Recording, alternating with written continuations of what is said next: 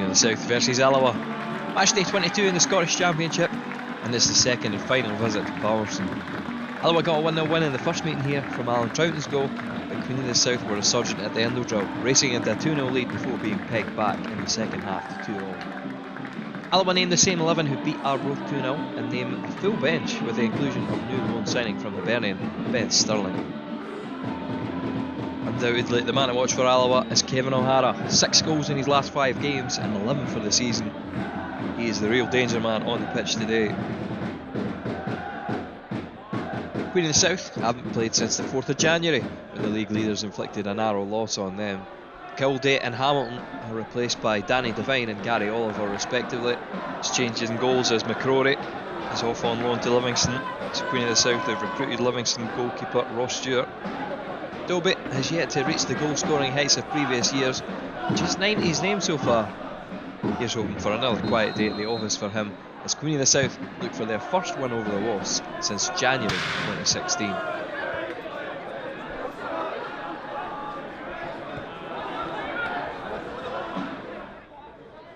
Throw in from Lee and Dick.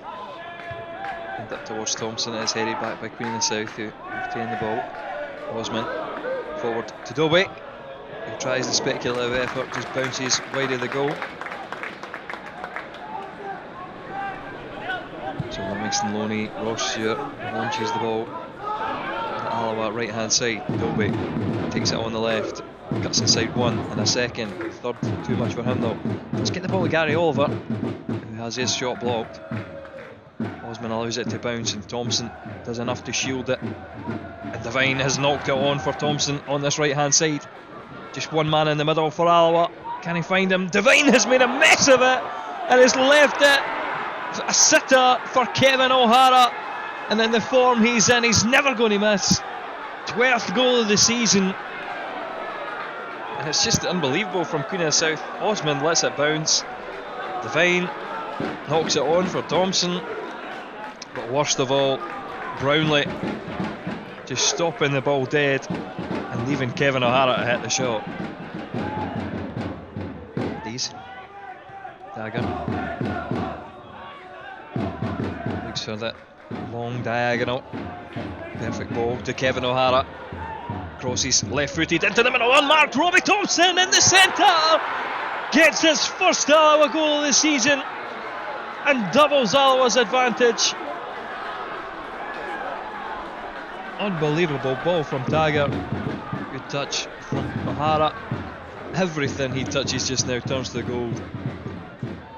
Thompson doing enough to beat Stewart. In the south corner, delivered into the middle.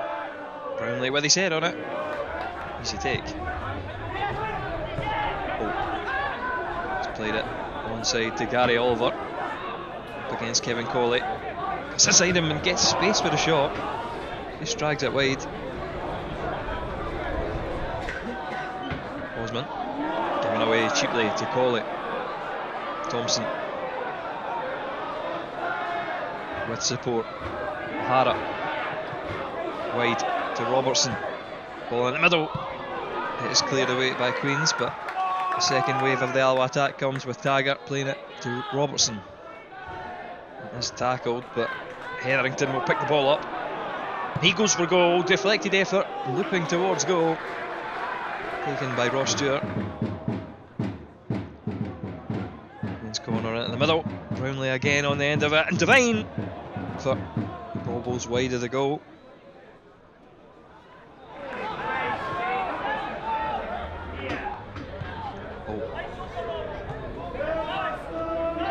Up against Robertson. Cross into the middle. Dobbie, who's been very quiet, just heads it wide. A goalkeeper, he's in some trouble, and the referee's going to stop play. Just an innocuous goal kick, something going in his leg there. And Alloa will have to bring on substitute keeper Andy Wilson. It's a big loss. Wilson's goal kick. Osman launches the ball forward over the top of Dees. And Taggart pressure in Hamilton. Hamilton somehow sent it over the stand. Lyon. Inside. Almost got out by O'Hara. Nice turn by Murray. Spreads the ball wide. Payton. Delivers into the centre. Good ball. Just beyond Hamilton. And headed down by Robertson. Dobbie squares it. And eventually it's scrambled into the net by Jack Hamilton. And that's a horror show. Robertson needs to deal with it. Instead just cushions it down for Stephen Dobbie. Andy Wilson caught in no man's land. These almost saves it. Hamilton does just enough to hook it into the Alloa net.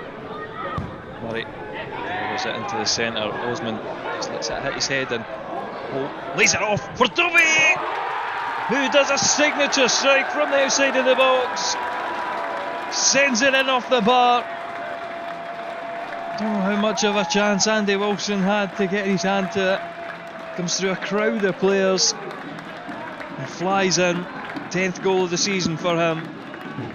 At the end of the drill, Queens managed to score 2 goals in a minute, with Alloa repeating the feat in the second half to level. We're all square here. Can anyone find a winner? Flanagan on the right for Alloa. For a man in the middle, headed away by Devine, and it drops for O'Hara, who scuffs the shot.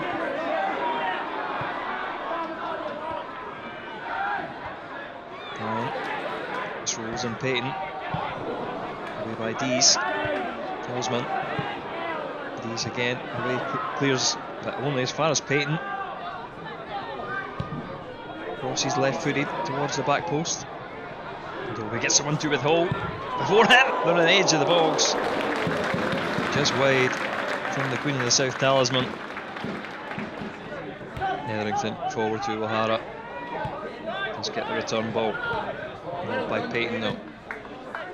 Alba will retain possession through Flanagan. Robertson. It's in the middle and it's a great cross. Brownlee just keeping it away from the clutches of Thomson. Robertson sends the ball up the line. It's controlled by Alloa. Will be picked up by Liam Buchanan. Flanagan. It's Liam Dick on his left. Just roll him in. First time cross. Cleared only as far as Flanagan. Who switches the play. Robertson. Forward to Colley. And Sterling driving in behind the Queen's defence. Squares it for O'Hara. And it's 3 braces in 8 days. And most importantly, Alloa take the lead with 10 minutes to go. It's brilliant from Sterling. Makes the run from 50 yards. Great touch. And then the cross. Fantastic. Queen of the South though, the defence again just goes to sleep and leaves O'Hara. Might be marginally offside.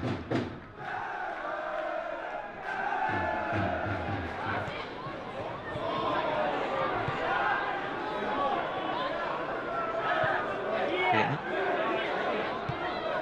Right on the right. Lyon. Crosses left footed in towards the back post and Dobbie, first time effort, wide of the goal.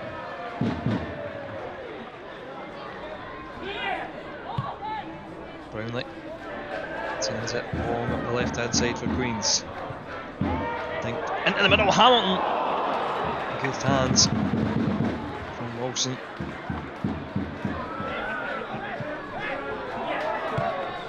Murray. Right to Payton.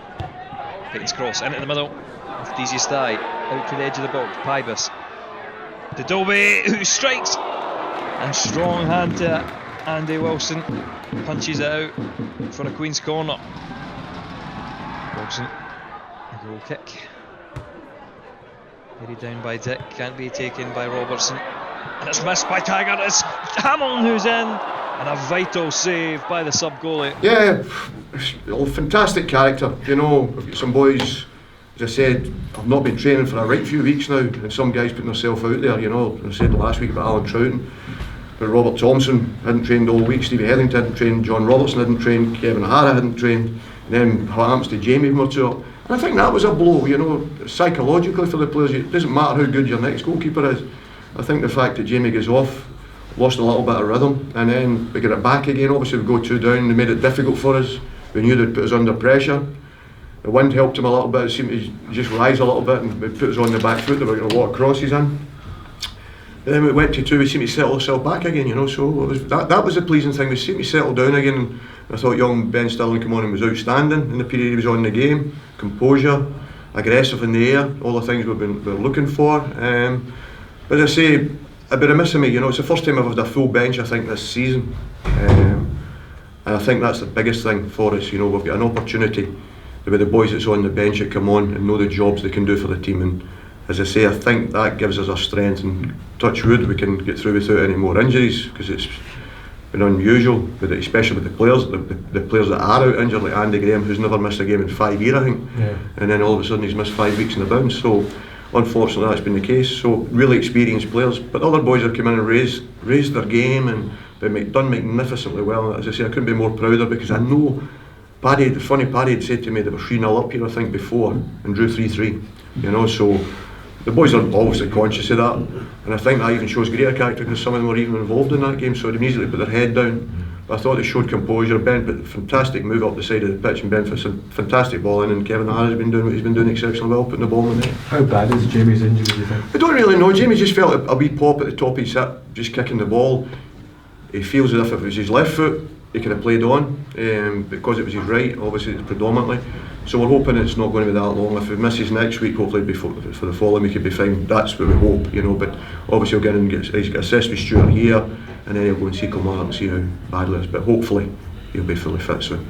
Andy obviously only just came back to the club last midweek, and he's thrown straight into the mix, and 2 brilliant saves at the end. Yeah, fantastic. Delighted for him. I think it was important for him, you know, because young Chris had been on the bench, but I'm always conscious of young boys not getting games of football. We all moan about the time. I think it's so important that players get time on the pitch. I mean, young Chris, I think, had went 18 months and he's played about 3 games, and he's 20 years of age. So I thought it was important for us. Andy had done exceptionally well at Petershill, and we were delighted with that. Lockheed looked after him exceptionally well and was really pleased with him. And we thought it was important that Andy got an opportunity to do that, and we could help Lockheed with Chris going the other way, obviously, to get the game time. And we think that's very, very important. But magnificent saves. We have to work on his kicking, obviously.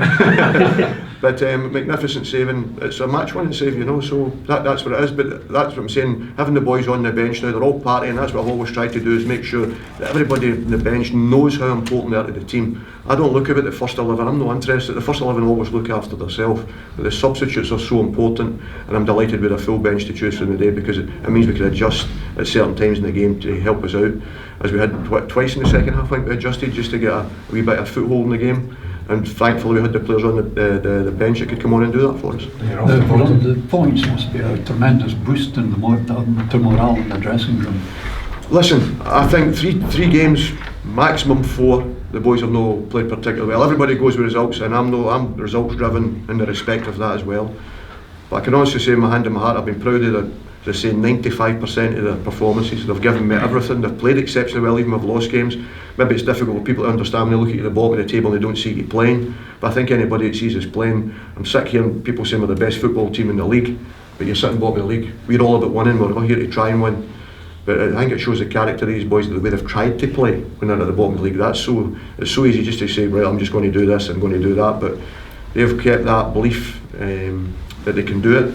Now it'll be interesting to see how everybody else reacts. That's the most important thing for us. But as I say, Teague, right to the very last game of the season, that's what we're aiming for. Because last season, obviously, I watched this league closely, because I was up in Scotland quite a bit. And I knew in the last day, I was sitting at a game, and I can always remember there was 3 teams down at one stage, or one at least in the playoffs. So I ain't stupid. I know it's a long way to go. And to be fair to these boys, they've got this mentality. They've just stroked one game off, whether it's win, lose or draw, went to bed with it, and then the next week starts again. And that's the way that they've been. I mean, they're a pleasure to work with, and I think they're getting their just rewards at this moment in time.